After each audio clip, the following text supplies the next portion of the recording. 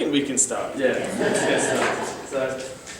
So, first of all, thank you very much for coming to this workshop. So this is a workshop, and the format I've thought about for today is that I've got 8 questions that I think are fairly central to program development in extensive reading. And what I'd like to do is have you break into small groups and really briefly just talk about each one as they come up. Because there's 8, we've got 60 minutes, you know, you have a few minutes on each one.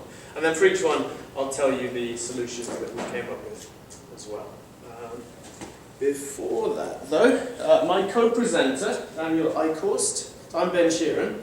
I'm supposed to be presenting with Daniel Eichhorst, who put a lot of work into this program, but he wasn't able to make it to the conference, so I'll be presenting on his behalf as well.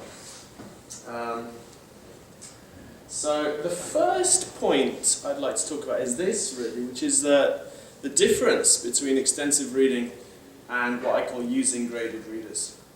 And I think there is a big difference, and it's a difference of scale, and it's a difference of objective, and it's a mindset as well, in a way. So for me, extensive reading means reading a lot. So for the students, they do actually have to read a lot. For our program, we've decided that a lot is more than 100,000 words per semester.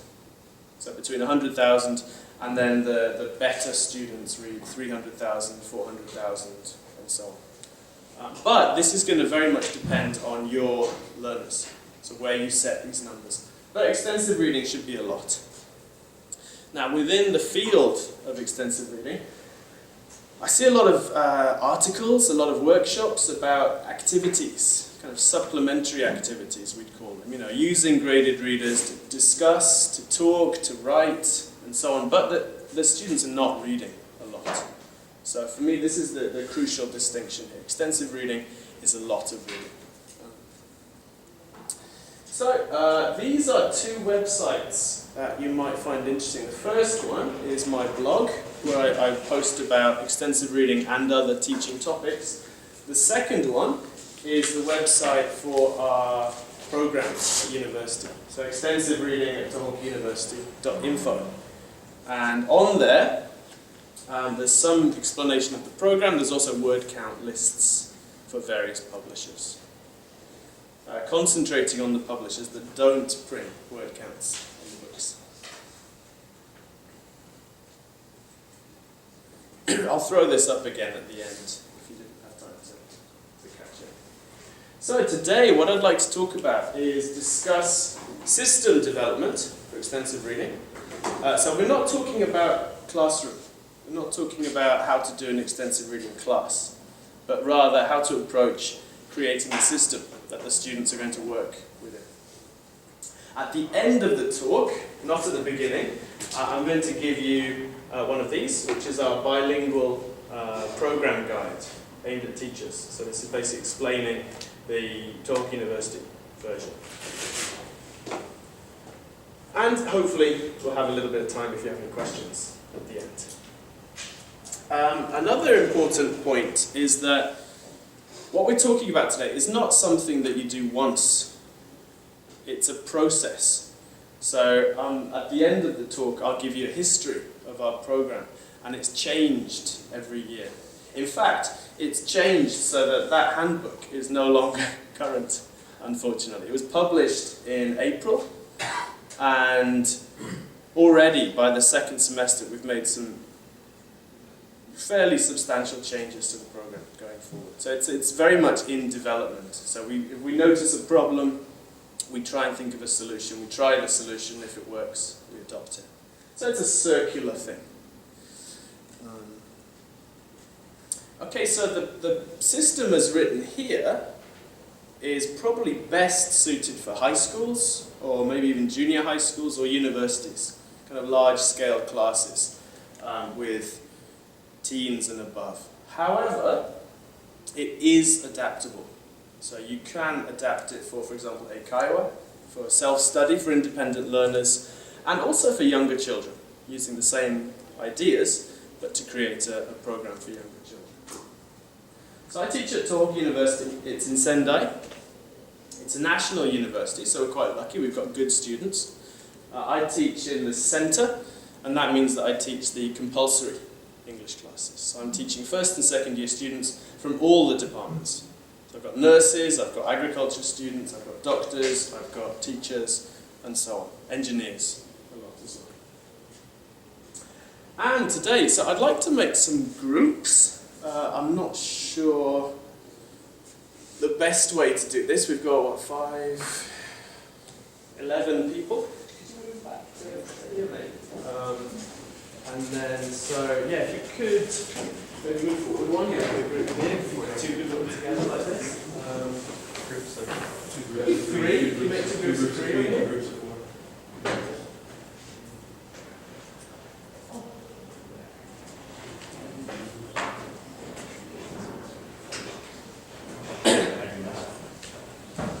Okay, so the first thing, very, very briefly, what is extensive reading? And just to make this easy, how would you explain extensive reading to your students?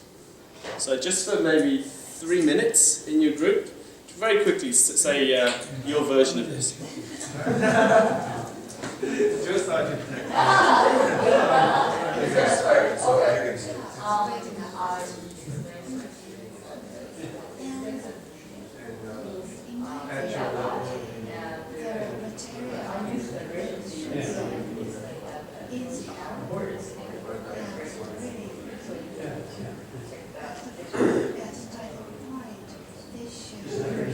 I know, you're right.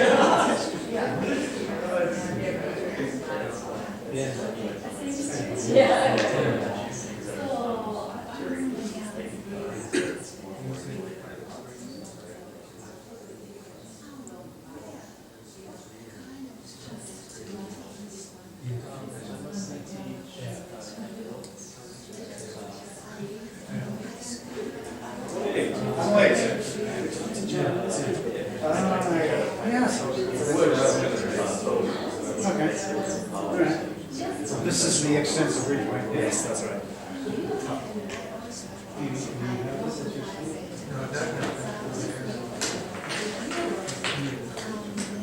We've got like 2 minutes to talk about how to explain extensive reading. Okay.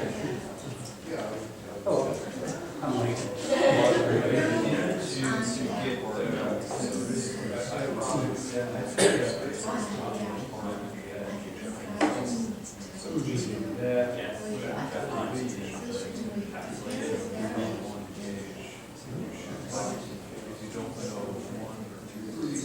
Is this for beginners or how would you assistant?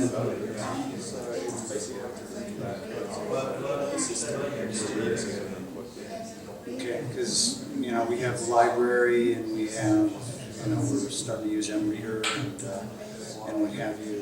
Yeah, it's basically about how to set goals.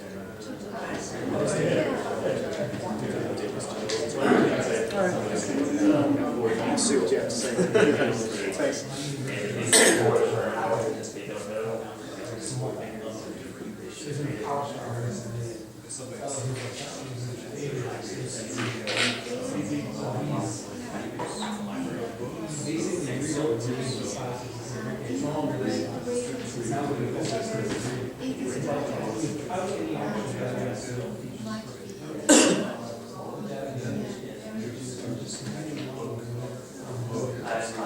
Robert, up front.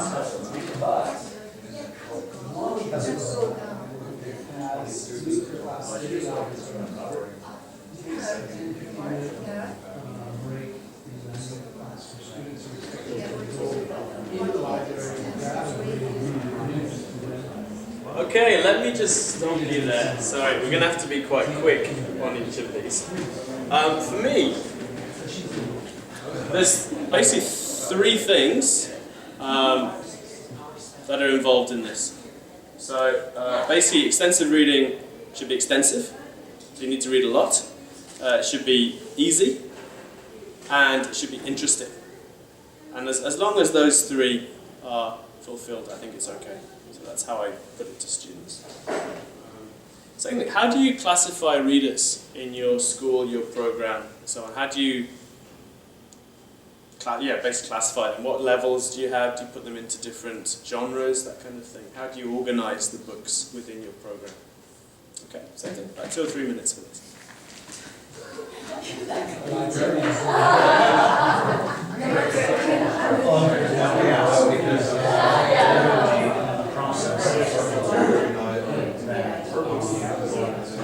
Originally, when we set up the library 10 years ago, there weren't as many publisher series there is today. So there was Oxford,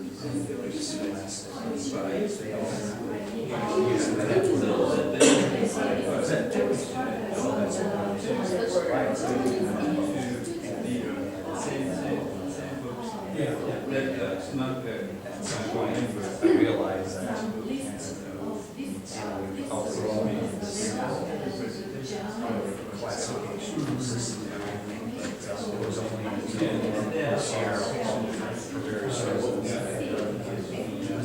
turned out to be a good time to take this and spending hours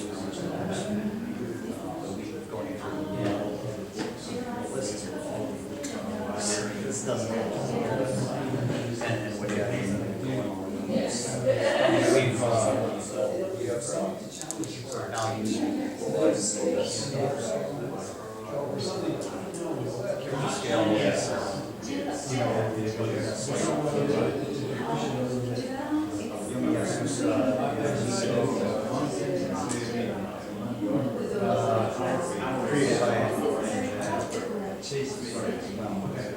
created by the oversight, so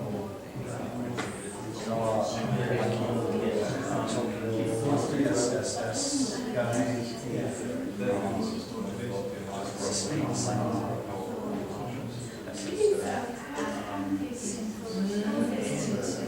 start with simple.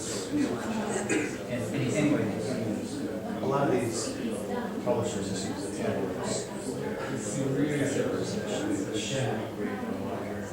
It's fine to a certain point, but they kind of started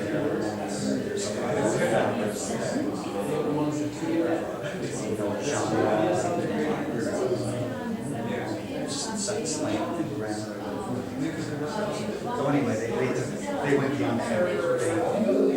They created a system that weighted different things. So it's much more finely tuned. And they have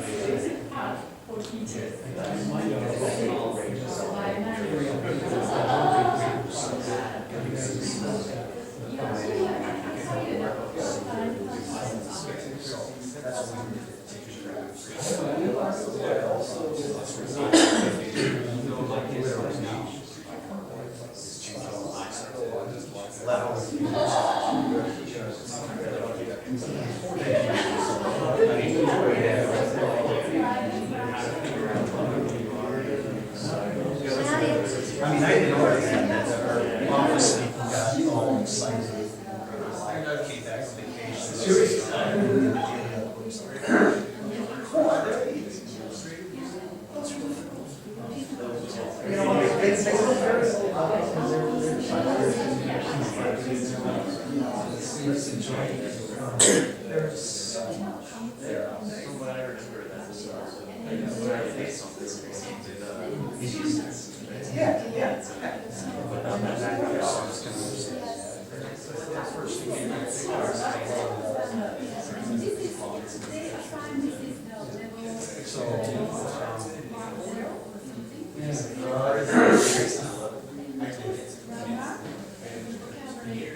Okay, can I stop you there again? So, For my students.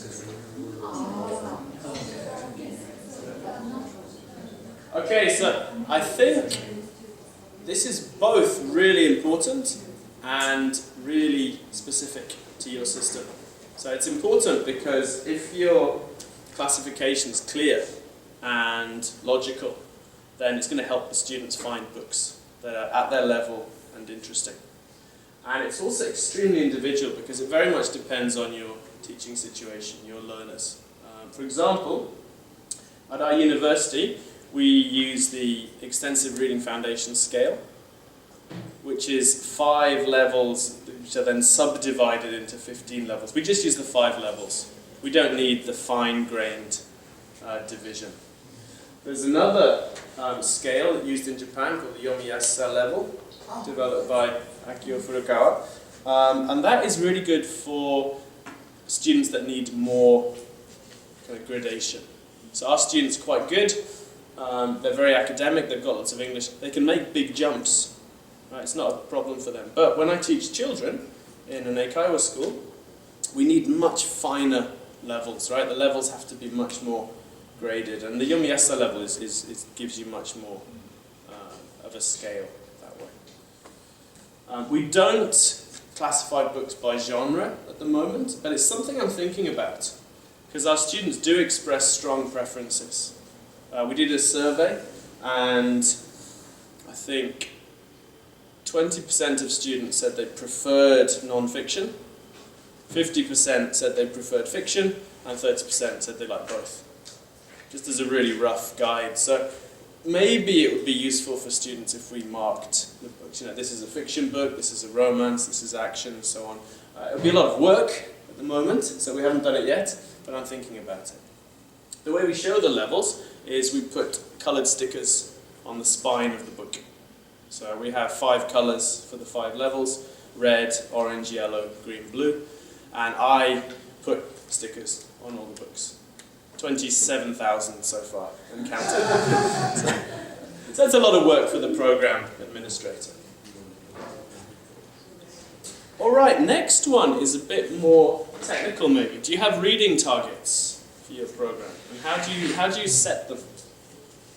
Or how could you set reading targets? What are some factors you could think about? Word count. So, once again, in your groups, do you have reading targets? How do you calculate them, and what factors could you think about for this?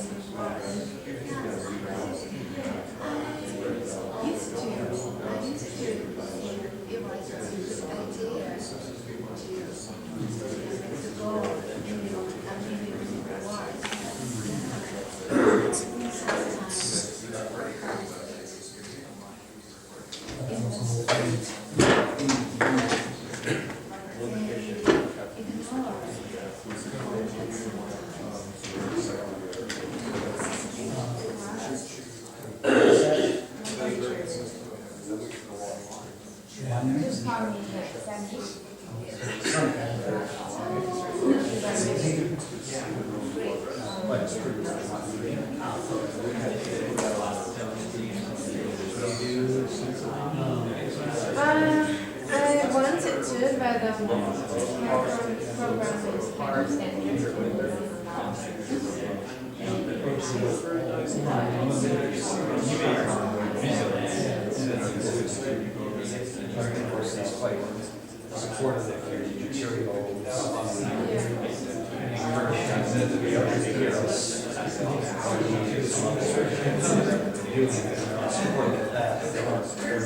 willing to put it in the curriculum per se. In a way that's good.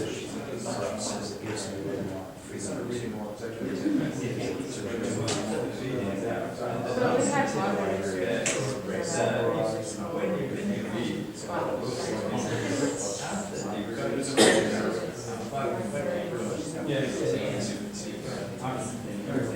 You were saying that it's hard to check your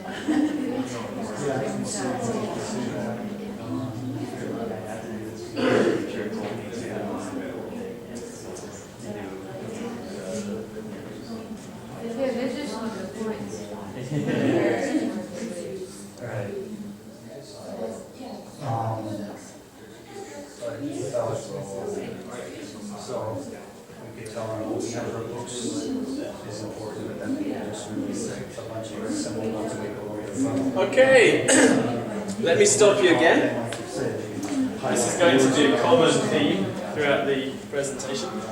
For reading targets, there's two aspects here. One is how you measure reading, and one is the targets you actually set for the students, the expectations. I think there's 4 ways to measure reading. The first one is reading time, how much time students read. You can also say how many books the students read. You can say how many pages the students read, and you can say how many words the students read. Personally, I'm inclined to favour words. I think it's the fairest measure across the board. But any of those can be used as a measure, right? In terms of the target calculations, what we did to set our targets is well, first of all, we looked at our students and we measured their reading speeds. So we did some speed reading exercises. And we found that most of our students read between 80 and 200 words a minute. So we kind of made 3 sample students. The lowest level, slow readers, we said, let's say they read about 80 words a minute.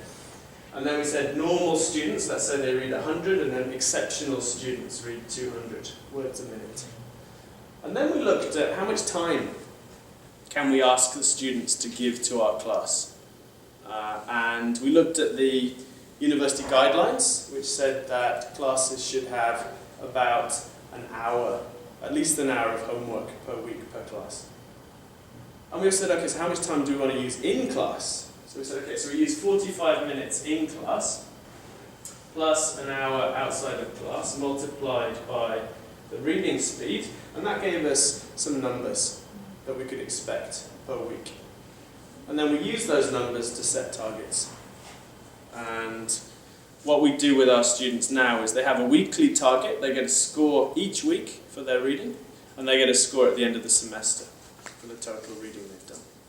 And those numbers are in the book, so I'm not going to try and write them on the board from memory, because numbers are not my strong point. But this is how we thought about it. Okay, so how fast can they read?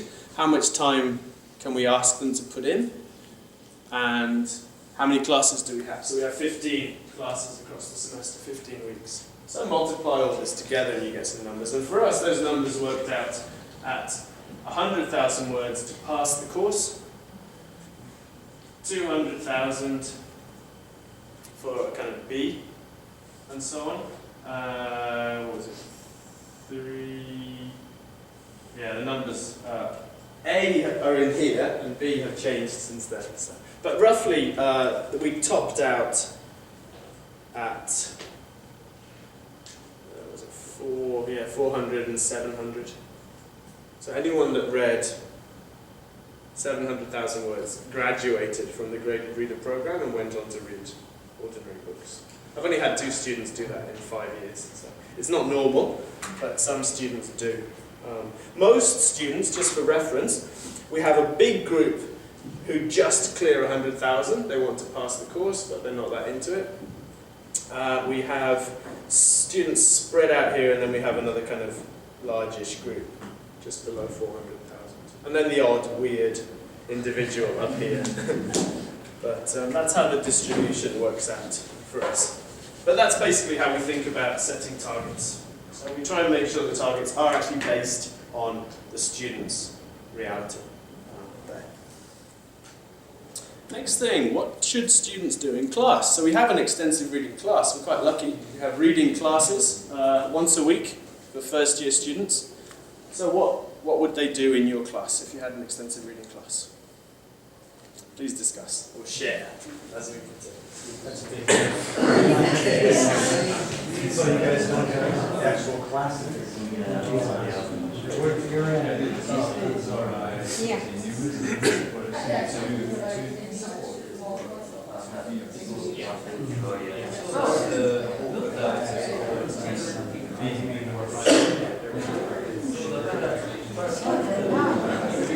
Everyone says that.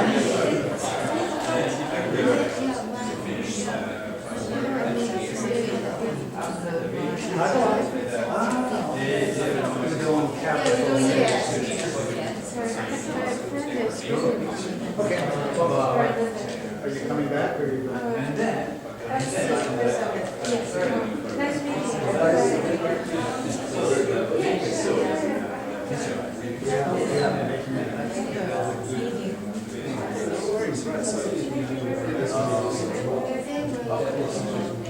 No, we can't. I probably get in trouble.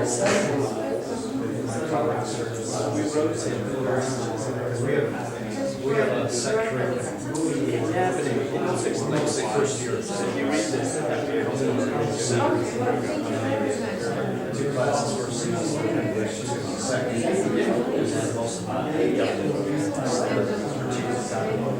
Please email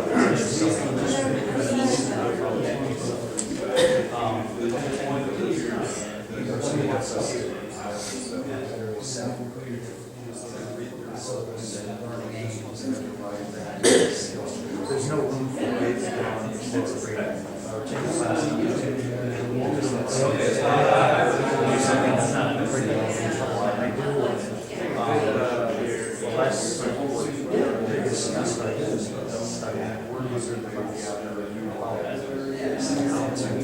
How we can use that. Do outside reading. Do some class activities that are in support of the learning themselves. So, that's what it's just basically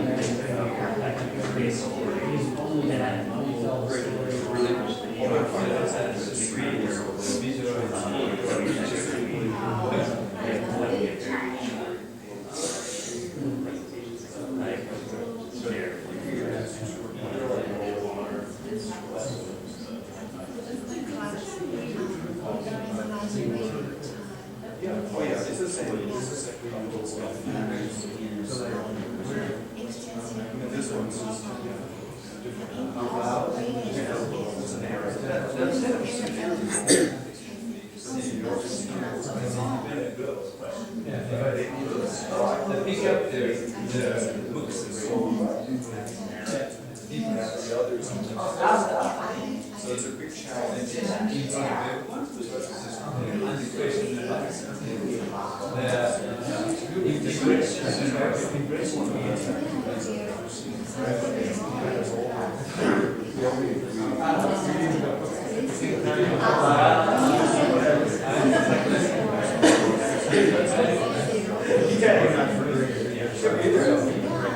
Right, let me stop you there again. Sorry.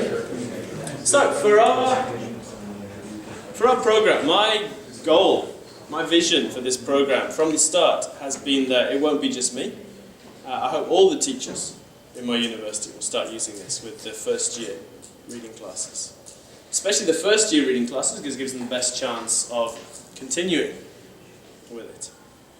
So the main goal is to make it easy for teachers to adopt. So for the class content, the only thing that we recommend or strongly suggest is that students spend half the class reading. So we do silent reading in class. Hi there. Could you come and join this group maybe? Okay. So half the class reading. The other half of the class, I don't really think it matters what the teachers do. So we encourage each teacher to do things that interest them, that they feel they're good at. I think teachers are good at different things, different activities. Some examples of things we do timed reading exercises using, we used Paul Nation's Reading for Speed and Fluency, and then we found an American series called Timed Readings, which is excellent. There's several different strands, like the basic ones, social studies, science, mathematics, and so on. And there's 10 levels, so there's a lot of, they're just called timed readings. Timed readings in science or so on. Fantastic, really well put together. So we use these texts. We have class sets of these, so the students don't have to buy them. We've just got Crate, and we use them in class. Another thing we do is we have the students introduce books to each other at the beginning of the class. So I just, in English, for about 5 minutes, what books did you read this week? Did you like them? And so on, in pairs. And that's very popular with the students. They like the chance to talk. They like to hear what their friends have read. They like to get recommendations of books, and they like to hear that some books aren't interesting. So that's a really positive thing for us. Sometimes we do listening, so we'll listen to the CDs from books and practice that way. Personally, I find the listening is much harder without the text, so I explain that to the students. If you just use the CD, just imagine it's a level or two higher. And of course, there's all sorts of supplementary activities. Those are the main ones we use. So listening, speaking, and the timed reading exercises. What's the publisher? Timed readings. I'm not entirely sure. I'll have a look for it later on. Right, let's do the next topic. I'll try and Google it for you, find out. Okay. So the next thing would be, how do students report their progress to the teacher? So how do you find out what the students have done or what they're doing? So again, 2-3 minutes in your groups.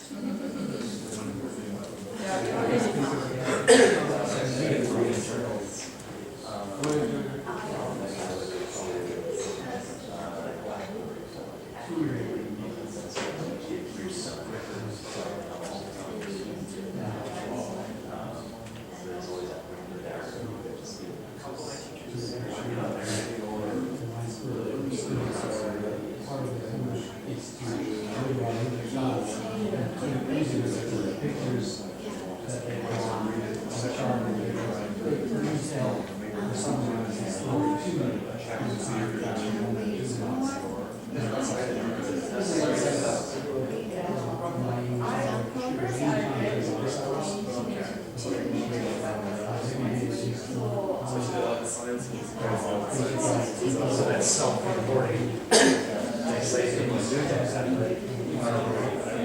I find it's difficult if you're natural of those things, then, well, I mean, if you're entirely level, then yes.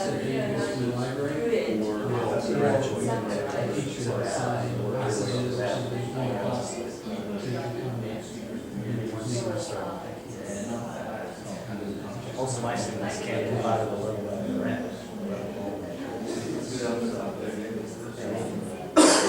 But you just say like so.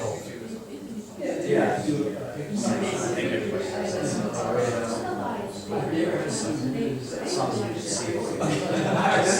No, my reading I was like,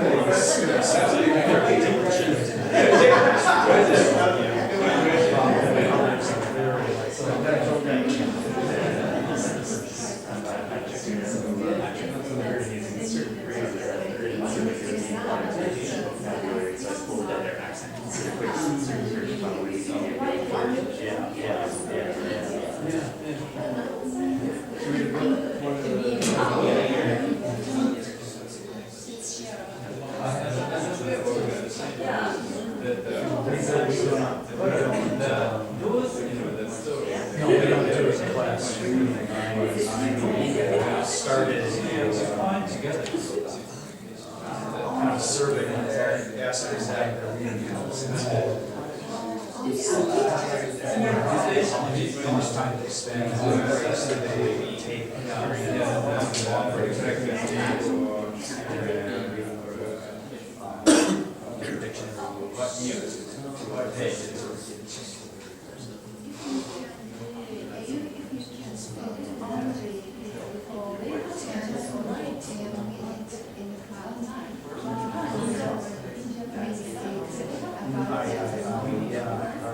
setup, they have to go to the library, our library, centers to get the book. So I can't move in. Come back. And then have to cover all the other material.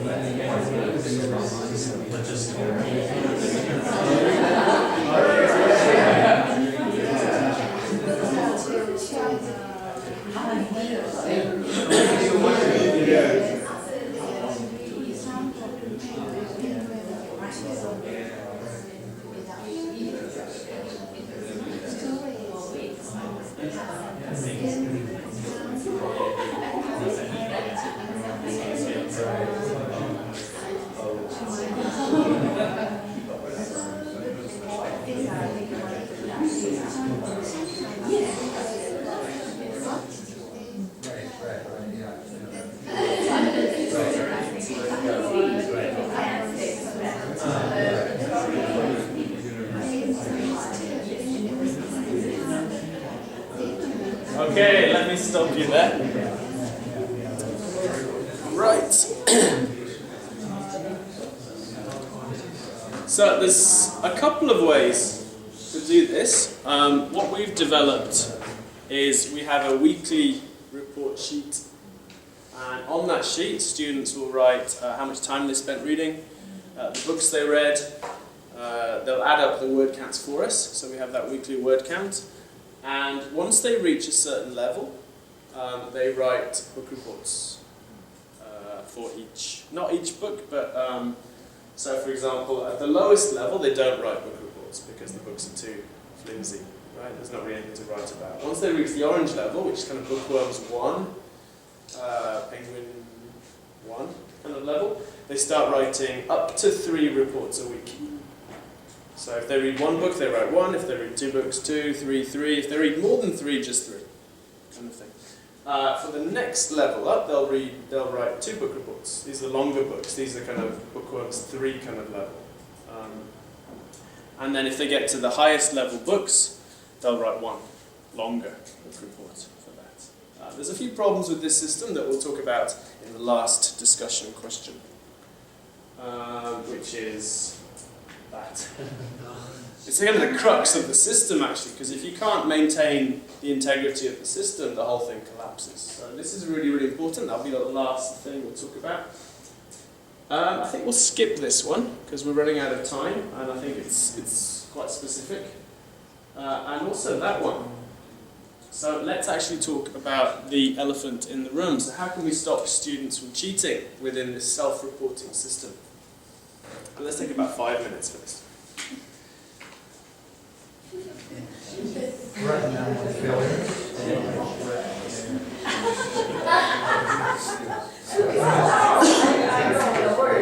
Non-library based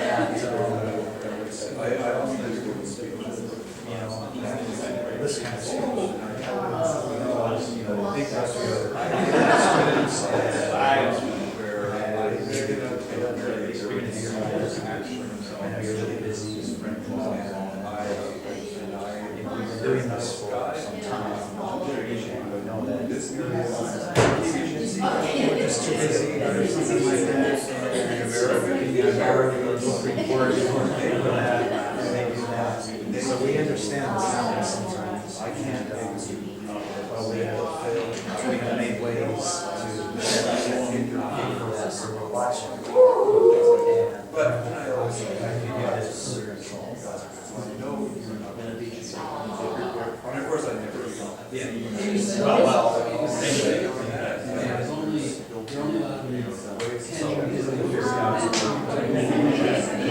you know, we have no way to know how well it could backfire too. Oh, gee, I never thought of that. Teacher, you know, and all this try to disguise it.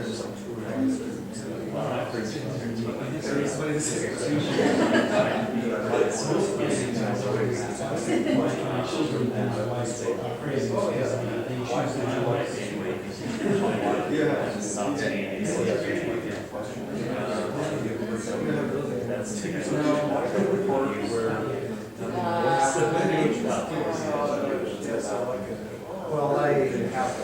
We try to keep in my class. I try to keep it short. You know, I don't want them running around as it is. You know, so I just say, give me 10, 7, 8, 10, 12 or something. Just let me know that.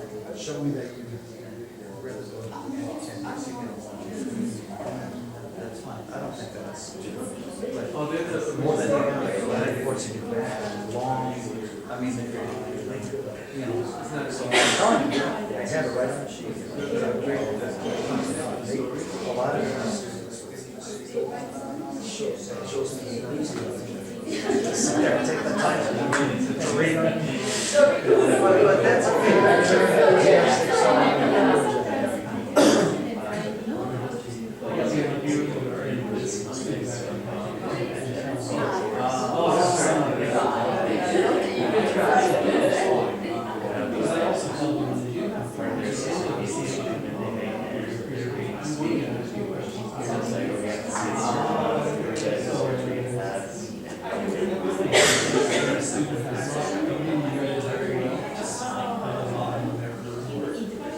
yeah, that would be as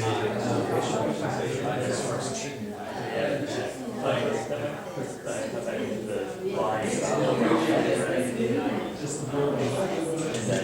Oh, okay.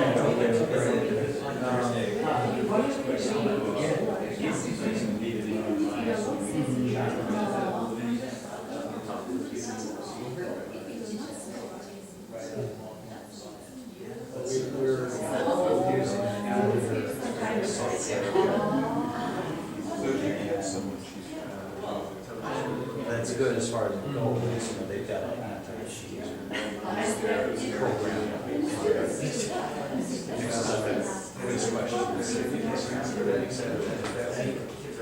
For that age. On the other hand, there's a lot of books in our life.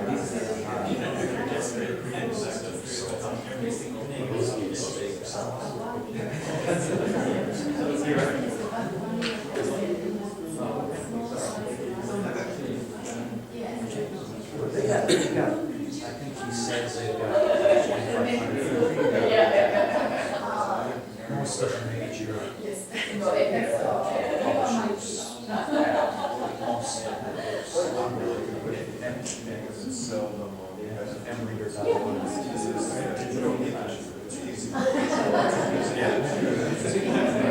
So, cheating. For now, yeah. that's becoming an issue.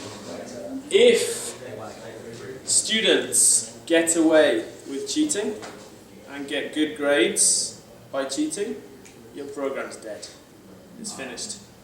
Right, completely. The good students will get really annoyed and the bad students will increase that kind of behavior. So it's really, really, really important to stop it as soon as you notice any cheating. Now for us, we're lucky. We're very, very lucky. Our students are fairly serious, and our program reflects this. So again, your program must reflect your teaching situation. I used to teach in very low-level universities. I would need a very different program for those universities. But for our university, we're lucky. The students are pretty good, and we can fail them. And my philosophy for this is, I studied Chinese, and one of my favorite Chinese proverbs was, kill the rooster to scare the monkey. I don't know if you've heard of this. It's basically, the story goes, you know, there's a monkey in a tree kind of mocking the farmer, so the farmer brings out his chicken, kills it, and the monkey's like, oh. So it's the same principle, right? It's making an example of people. So, at the beginning of the semester, we have our students sign a pledge.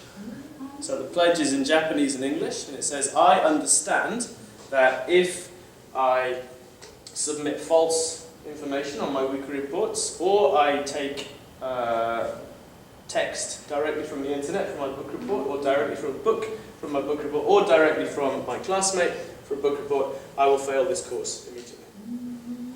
And they sign that, and then we take our big red stamp and we thwack it in front of them, which in Japan makes a really big kind of impact. It's got a big seal on it, and then I give it back to them. And then you kill the chicken. Yeah, and then I bring out a second year student. Is this your school policy, or is it? It's the teacher's policy. But your school says it's okay. The teacher can fail students, yeah. And because they've signed it, basically the pledge is so that if there is some kind of altercation later, we can say, no, the student agreed to this condition. Has there ever been a dispute that you've had to? We haven't had disputes. I had to fail 5 students in the first semester. But we've also developed a kind of get-out clause. So what we say to students is, look, you failed. You know, what happened? Okay, so we'll get their weekly report, and there'll be something off about it. The numbers don't match up because we have the amount of time they spent reading, and their reading speed, and the number of words. But if those numbers don't match, that's a red flag. If the book reports are strange, that's a red flag. If they're reading really high-level books and writing low-level book reports, that's a red flag. If there's a red flag, I call the students up and I interview them. And for this, it's essential that the teachers read the books. The teacher must have, I've read most of our graded readers, so it's important to be familiar with the books. And I just ask them questions. And it's very, very clear if they haven't read it. So I say to them, look, you haven't read it, have you? And they go, no. I say, right, you've now failed this class. You can continue coming to class, that would be great. I'd be very happy if you continue coming to class, but you will not receive a credit for this class. And bad case scenario, they follow you for about 30 minutes, going, please reconsider. But what we actually do, now what we actually do, if the student does actually continue coming to class and doing the work, then after 3 or 4 weeks, we'll say to them, look, okay, we'll give you a pass. We'll give you a C. Right? And some students just say, fine, right, I failed, see you next year. And that's fine too. I mean, but that's what we do. So we pick up clues, interview the students, and fail them on the spot. And that gets around, right? So the senpais tell the junior students, you know, if you cheat, you fail the class, and so on. So I think it's reduced the cheating. When I started the program 4 years ago, I think I had a lot more cheating. And I wasn't picking up on it, and I wasn't dealing with it fast enough. But now there's much less. Okay, so what I'm going to do is, at the end, I'll pass these out. Yeah, sorry, I was going to throw in one thing. Yeah. You had mentioned Google Reader at all, which is another, it has a built-in quiz. Yeah, Google Reader and Reader. How do you feel about that? I think it's probably got its own problems. Oh, For us, definitely has a problem. For us, the fact that students probably can't access it in class, the fact that I'm pretty sure you can cheat on it if you do it from home, if you want to, you know, and it also reduces, I think, the contact between teacher and student. So for my students, I'm reading their book reports every week. I'm looking at their numbers. For a program, if I was administering a large-scale program with no class time, then yeah, of course, that would be how I'd go about it. And also the other problem we had is we couldn't match MReader to our levels. It's like the levels that we're using at the moment. So that was a big problem. I am thinking about trialing it, maybe with one class next year, but that's kind of for the future. Pretty effective. There are those problems you named. You have to match your books with the books that they have quizzes for. And the quizzes, of course, sometimes are not perfect because they do have some built-in things now that kind of prevent They're flagging IP addresses and stuff. Yeah, there are some safeguards, but it keeps getting a little better and better. Yeah. So it was, I don't know, it's another. I think it's a good option. Yeah, definitely. Right, I'll pass these out at the end actually. Before that, I just want to talk about the history of our program, just give me an example of how a program develops. So for us, I was doing extensive reading in high school without knowing what it was. So in French class, we got given a novel, not graded, in the original, and they said read this over the summer. And I was a really indifferent French student. But after I read the book, I found French was easier, I enjoyed it more, and I ended up doing it as an optional class later on. And this is a really big experience for me, without realizing it. Later on, I kind of found extensive reading. I started doing extensive reading as a part-time teacher. So I'd have sacks of books, on the bus, going to class. In the rain. And I couldn't lend them to the students, so we had to do it all in class. But it was a really positive experience. The students enjoyed the success of reading, right? Like, most students come up and say, I've never read a book in English, right? And that's so empowering, I think.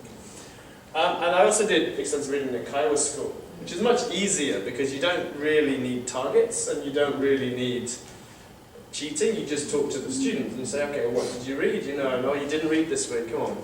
Try and read a bit more. There's much more personal contact because of the class sizes. But these experiences made me want to start. So when I got my job at Tokyo University 4 years ago, I bought books from my research funds and I asked the students to buy books. I said each student should buy 2 books. And at the end of the semester I said, if you're feeling kind, please give me your books. And most of them did. So my book collection grew. At that point I was using book counts just to track progress. This is very problematic because some students then decide to read the shortest books they can. Right, that's the main problem with book counts. Students chose their own level. This was also a very big problem because my students tended to assume that because they could decipher a sentence, they could read at that level, and that wasn't the case. They didn't have the stamina or the fluency to read.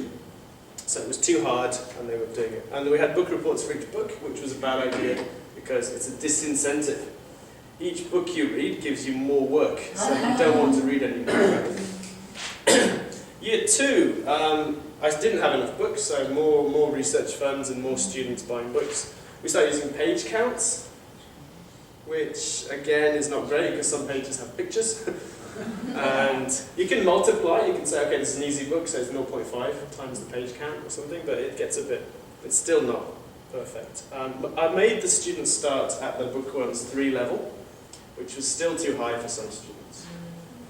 And we had weekly reading reports where they wrote about all the reading they did that week, which again wasn't perfect. Finally, the university started recognizing my program. So I got some money from the university, the library started buying books, and I met this is the thing I'm most proud of. This is my only kind of original contribution. All the students must start at the lowest level and read a certain amount. And once they've read a certain amount, they level up to the next level, and so on. And basically what this does is it makes sure that no one starts too high.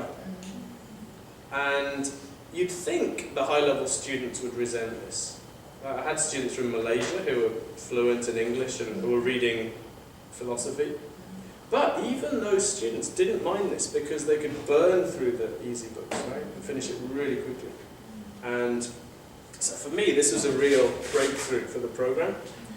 And we started doing the limited book reports, where each student read up to 3 book reports or up to 2 book reports, and so on. Last year, we finally got multiple teachers working. We had 6 teachers using the program, all using the same system.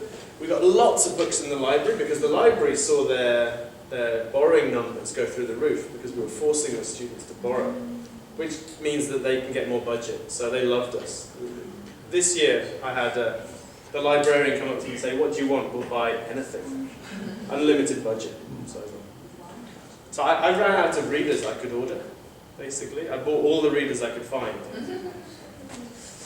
All the students started beginning, and then we started doing this weekly report system. And then this year, the major breakthrough was we made a very step-by-step student guide. So this is for teachers. We've got a paper one for students that basically is idiot-proof. So we don't even have to do an orientation anymore. Because we used to spend 2 classes explaining, this is the weekly report, you have to write this here, and they'd still make mistakes. But now we just give them the guide, and we say, look, it's in the guide, page 3, read it, write it. Very, very, really easy, really time-saving. Lots of books again, and the same stuff here. In the future, so maybe an online component, I was looking at X-Reading. Looks really interesting, their new program. One problem we have is that we have reading classes in the first semester and reading classes in the second semester. And occasionally we get students that do both. They do extensive reading for both. So I want to develop a post-ER class. It's kind of ER plus.